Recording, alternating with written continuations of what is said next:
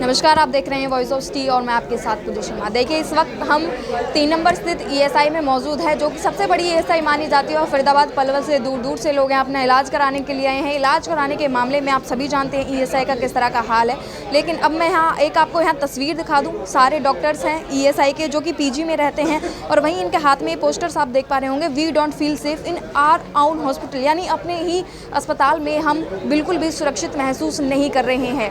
आखिर इसके पीछे की वजह क्या है कि जहां दिन रात डॉक्टर्स लोगों को सेवाएं देते हैं, आखिर उस अस्पताल में ऐसी क्या चीज़ें घटित हुई हैं कि फीमेल डॉक्टर्स अपने आप को सेफ़ नहीं फील कर पा रही हैं। और यहाँ मैं आपको दिखा दूँ, दर्जनों से ज़्यादा महिलाएं हैं जिनकी एक ही बात है कि हम अपने ही अस्पताल में सेफ़ फील नहीं कर पा रहे हैं। एक बार इसके बारे में बातचीत करते हैं। क्या नाम है आप?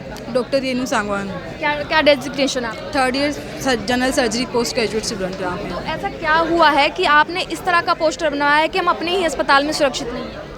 मैम, एक्चुअल में कल शाम को रेड हुई थी, जो कि डीन ने बोला है कि सरप्राइज़ रेड थी। उन्होंने यहाँ पे 20 से 25 लोगों की कमेटी बनाई। उनको बोला कि आप पोस्ट ग्रेजुएट जो स्टूडेंट्स रह रहे हैं यहाँ पे, उनके रूम पे जाए और ये चेक करें कि वो कौन से इलेक्ट्रिक अप्लायंस यूज़ करें, कौन से नहीं यूज़ कर रहे हैं। जबकि हम यहाँ पे अपना आचार्य पे करते हैं अराउंड 18,000, जिसके लिए हमें एक रूम मिला हुआ है जिसमें बाथरूम वॉशरूम भी शेयर करते हैं। और 18,000 उसमें हम इलेक्ट्रिक अप्लायंस, पहले वाले जो डीन था उनसे बात हुई थी कि हम इलेक्ट्रिक अप्लायंस एज ये जो नेसेसरी होते हैं, जैसे AC वगैरह होते हैं, वो हम यूज कर सकते हैं।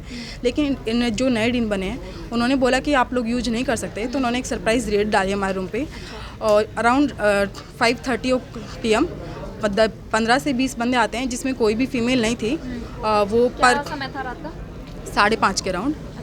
हाँ, वो आते हैं और जिसमें कोई फीमेल नहीं थी। वो बोलते हैं कि सारे PG स्टूडेंट्स हैं, उनके 1 बाय 1 करके सबके रूम की तलाशी ली जाएगी। तो एज ए फीमेल मैं ड्यूटी करके आई हूँ, मैं थकी हुई, मैं थोड़ी देर सो रही हूँ।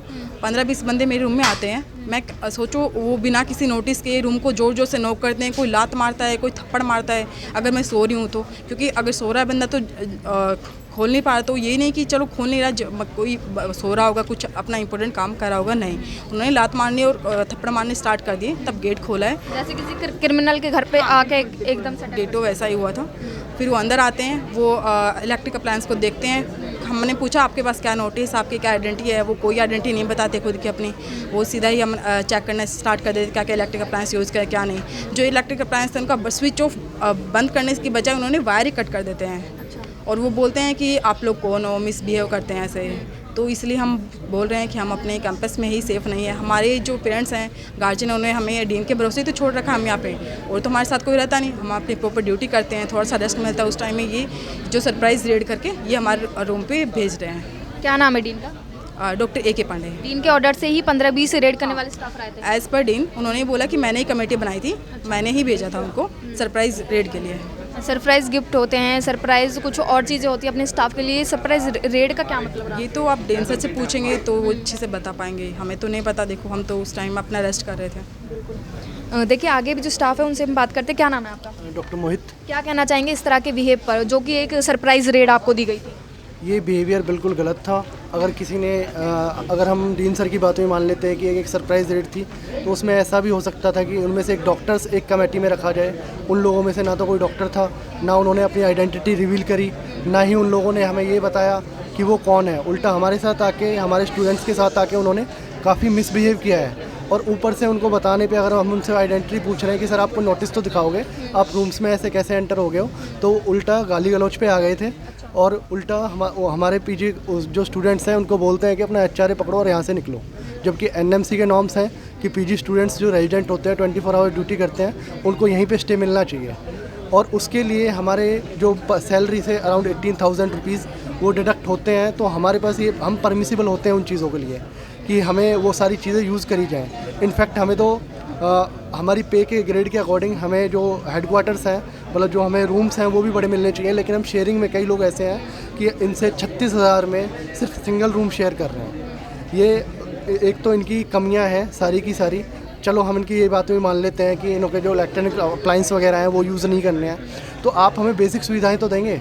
हमारे यहाँ पर ना तो पीने के लिए पानी है, जो वाटर कूलर्स हैं उनमें पानी नहीं डाला जाता, ना कोई यहाँ पे सफाई के लिए आता है, ना हमारे पास PG कैंटीन है। तो हम जाके खाएंगे कहाँ पे? हम अपना सामान रखेंगे कहाँ पे?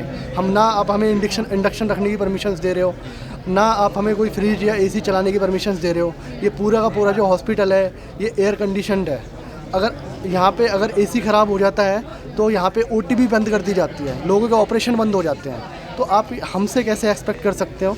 और चलो आपने एक्सपेक्ट भी करा, तो मैं तो आपसे ये जानना चाहूँगा कि आपने मिसबिहेव क्यों किया। जिस कमेटी ने हमारे साथ मिसबिहेव किया है, हम उनसे चाहते हैं कि वो हमसे रिटर्न में माफ़ी मांगे।